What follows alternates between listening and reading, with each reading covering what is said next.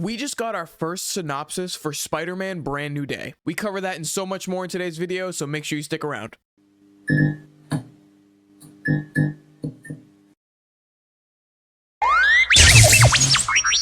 What's going on, guys? Welcome back to the Jedi Junkyard. Thank you so much for joining me today. Around here, we take the top 10 posts from X this week and put them into a condensed video in a condensed amount of time so you don't waste any of yours. All I ask is that you leave a like and subscribe on this video right now, and let's dive into number 10. Number 10, Miss Marvel, Kate Bishop, and Cassie Lang will reportedly share scenes together in Avengers Doomsday. It's going to be interesting seeing Kate Bishop back as Hawkeye. A couple of months ago, we got word that Jeremy Renner was not coming back and was going to kind of give the throne to Kate Bishop, Haley Steinfeld. I think it's cool that they're going to be sharing scenes together. Do I think it's necessary? I hope so. I hope it's just not something that's just thrown in the movie for the sake of having a woman group only. I thought for something like Avengers Endgame, when they had at the final scene where they had all the women together, I thought that was awesome, but I really hope they don't just shove it in our faces. Number 9, Loki will reportedly have a small role in Avengers Doomsday. I beg of you, please do your homework leading up to this movie. If you have not seen Loki season 2, or you just want to rewatch it, I definitely recommend it. I ranked Loki season 2 very high on my anticipated shows to watch, and it exceeded my expectations even more. Shout out to my friend Mike, who kind of put me on to Loki season 1 because I was a little hesitant because all the shows that were coming out at the time weren't the best, but I borderline think that you need to see Loki season 2 before you watch Spider-Man Brand New Day. And for him to have a small role in this movie kind of confuses me, but I'm not going to spoil it if you haven't watched Loki season 2. All I can say is just go watch it and you'll understand why. Number 8, an animated Venom movie is currently in development. It will be directed by Zap Levosky and Adam Stein, who previously worked on Final Destination Bloodlines. Tom Hardy is also involved in the project, though his exact role has not been revealed. I think for a character like Venom, to have an animated series or animated movie is the right way to go. Although they did great with the special effects in the live action, I just think they could broaden the story even more with an animated series or show, with an animated movie or show. Tom Hardy being involved in the project is actually a big plus, although a lot of people don't love him as Venom. He knows the character, he could do the voice acting for it, and just to have a mind like that while you're making this movie, it can only help you. I'm super excited for this because this opens the door, and a lot of you know that what I'm going to talk about next, you know I'm a huge fan of. Number 7, 1 year ago this week, Your Friendly Neighborhood Spider-Man Season 1 ended. Season 2 is coming in the fall. I love animated shows when they're done right, and this show was phenomenal. It was a different type of animation that we were not used to seeing with Marvel shows, and for some reason, when we're talking about the character and story of Spider-Man, this worked so well for me. And if the Venom movie is anything like this or includes characters from this show, I'm going to lose my mind. Norman Osborn in this show was top tier, bro. Like, I don't care what anyone says, that dude killed it. So this is just another warning to say, if you haven't seen Your Friendly Neighborhood Spider-Man, please do yourself a favor and go watch that show. Number 6, Marvel Studios is not planning to split Avengers Secret Wars into 2 movies despite rumors. There are 2 main reasons. It would be very difficult to coordinate the schedules of such a large cast.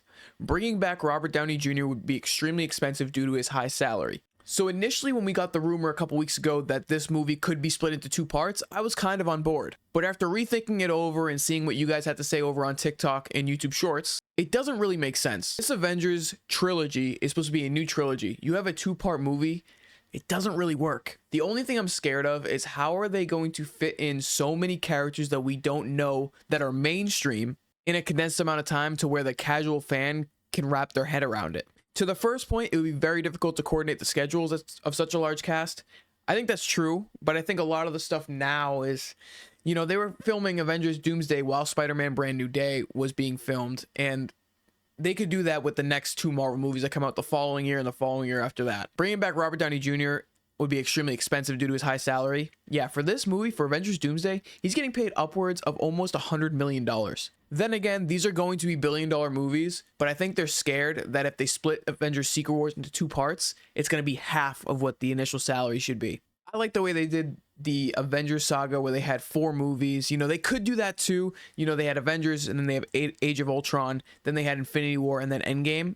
I could see them doing something like this, but we've already gotten rumors that this is supposed to be a trilogy series, so We're gonna have to wait and see. Number 5, the original post-credit scene for Fantastic Four First Steps was going to feature the Fantastic Four visiting Steve Rogers in their universe to ask for his help with the incursions. However, this scene will now appear in Avengers Doomsday. And this is my exact point going back to the last slide. You're going to have to fill people in and create a story so quick that this movie has to be at least 3 hours, which I'm not complaining about. It doesn't give you a lot of leeway. And I've been saying from the beginning that this Steve Rogers that we've seen in the trailer isn't actually Steve Rogers. The Steve Rogers we know and love is old and is a thing of the past. Doom could either use this Steve Rogers as a part of his team, or it could be something completely out of left field that we have no clue about. You gotta remember, Chris Evans has played characters like Johnny Storm as well, so it could be really anybody. Number 4, filming for Marvel Studios' X-Men is reportedly set to begin in the UK later this year. Super excited for this. This is a very anticipated movie for me if they do it right. The problem being there's rumors that X-23 is going to be taking over as Wolverine, which I'm not completely mad about, but a lot of you are. When I first posted about this on my TikTok, there was comments after comments of people saying, I don't like this, even though I said I wouldn't care. I think she has the origin story for her to take the reins as Wolverine. Hugh Jackman can only do it for so long, even though he's in phenomenal shape and still is acting and doing Broadway. If they get him back, no complaints here. And with him coming back in Deadpool, I really think they set the canvas or set the runway for another Hugh Jackman Wolverine appearance. Number 3, Mike Coulter says he wants to see Luke Cage return to the MCU with the power and complete control of Harlem. I want to see if he can do the right thing and at the same time keep his hands from getting dirty. Boy, did you guys not like my opinion on TikTok for this. I said that Luke Cage was the worst Netflix show to come out of all those shows, Iron Fist, Daredevil, Jessica Jones, and you hated me for it. Now that is fine. You can hate me all you want, but you can't say that that show was amazing. I thought the Iron Fist storyline was better, and I thought Luke Cage was very cut and dry. Not to say I don't like Mike Coulter and Luke Cage. I love that show, but if I'm ranking them, he's not going above Iron Fist. It's just not happening. I would love to see Luke Cage and all the Defenders back, especially Iron Fist and Jessica Jones, which we are getting Jessica Jones in Daredevil Born Again Season 2. And I think inevitably they all will come back. They'll all rejoice, especially if we're talking about an Avengers Secret Wars movie. Number 2, Peter Parker will reportedly be badly injured in Spider-Man Brand New Day. The Punisher then brings him to Claire Temple, the night nurse, to treat his wounds. If you guys remember from Daredevil Season 1 and 2 on Netflix, you'll remember Claire Temple, Rosario Dawson. She's already been confirmed to come back in this movie, so I'm super hyped for that. And the fact that the Punisher is bringing Spider-Man badly injured into this hospital is kind of interesting. We know the Punisher is in Spider-Man Brand New Day. And badly injured? What does that mean, and who did it to him? My initial thought is that the Punisher and Spider-Man get into some sort of fight, and the Punisher feels remorse for some reason somehow and brings him to Claire. And number 1, the one you clicked on the video for, the first synopsis for Spider-Man Brand New Day. 4 years have gone by since we last caught up with our friendly neighborhood hero. Peter Parker is no more, but Spider-Man is at the top of his game, keeping New York City safe. Things are going well for our anonymous hero until an unusual trail of crimes pulls him into a web of mystery larger than he's ever faced before. In order to take on what's ahead, Spider-Man not only needs to be at the top of his physical and mental game, but he must also be prepared to face the repercussions of his past. Whoever wrote that deserves the biggest raise. So it's been 4 years, 4 long years, and everyone's mind is wiped.